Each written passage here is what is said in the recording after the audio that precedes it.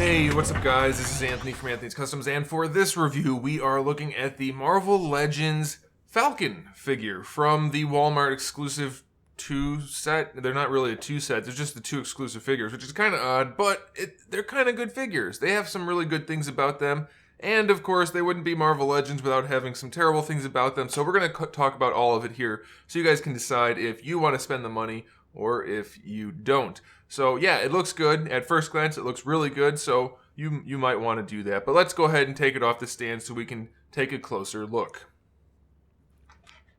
This guy stands just about 16.5 centimeters, which makes him just shy of 6.5 inches. And if you're curious, the wingspan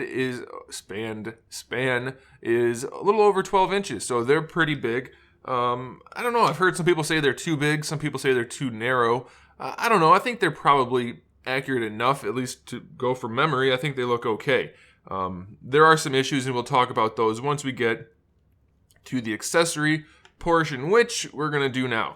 So for the accessories, we do have this backpack, which comes off, and that's cool. I like the fact that it doesn't have to be connected to him, so he doesn't have to have his wings. I think that's nice. And I like the fact that you can pop out this piece right here, and then without that, you have the actual Red Wing accessory, which won't be really any good on its own, but you could maybe string it up or something, and so you have that. So, you know, it's a nice touch. I like that they included it. Maybe not the most practical accessory, but it's nice to have, so that's a good thing. And then, of course, we have the wings that connect to the backpack. I think it's a pretty terrible design, the way they connect, because there's no real strength there. They want to fall out a lot. The pegs don't snap or anything, so that's all. I just wish they snapped. Something to give them a little bit of extra strength.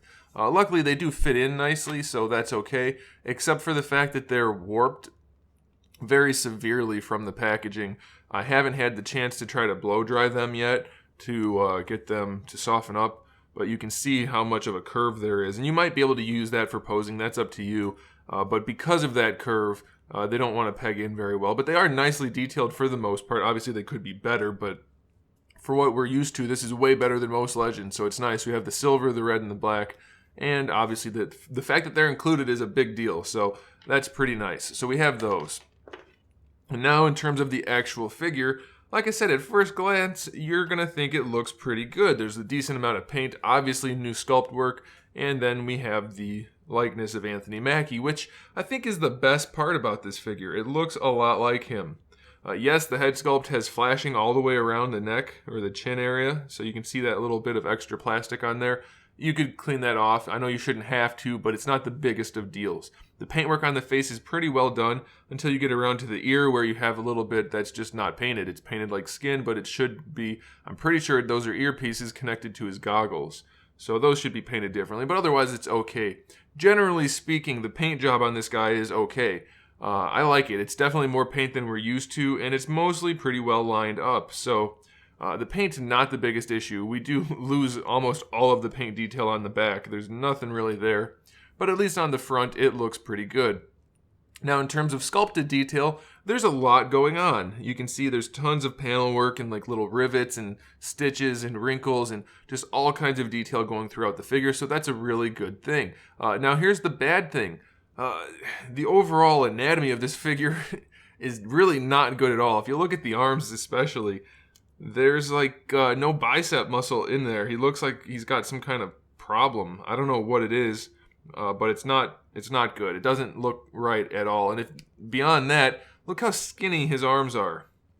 And considering the fact that he's wearing all this gear, I know it's not super bulky gear, but he's got a very skinny torso also.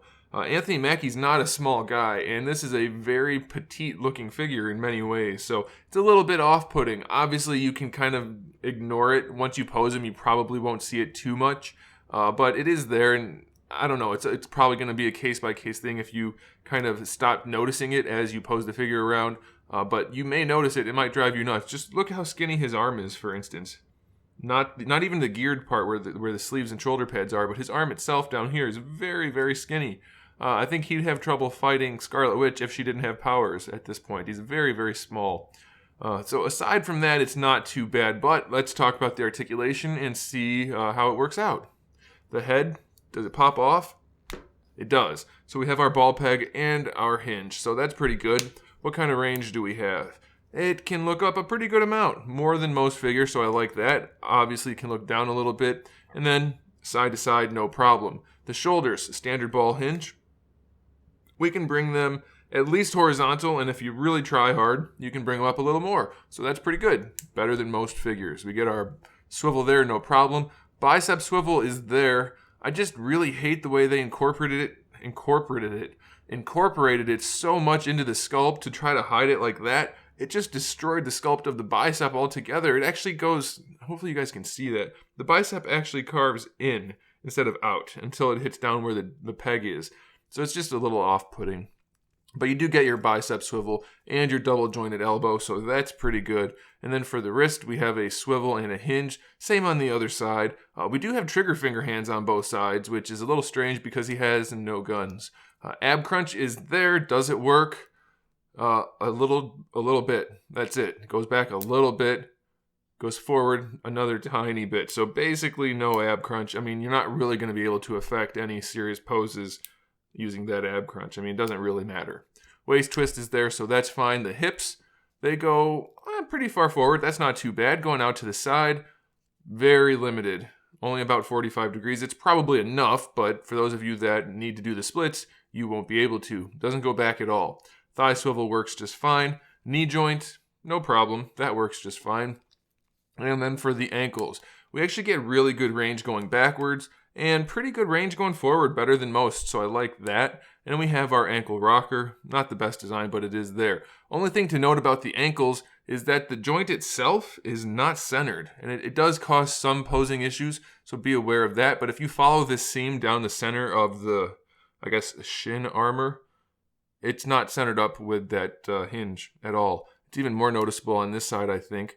The hinge, for some reason, is very much toward the inside of the leg. I'm not sure why they did that. It's not a deal breaker or anything, but it's something to be aware of. It could inhibit your posability to an extent. So ultimately, this is a pretty solid figure. By Marvel Legends standards, it's pretty good.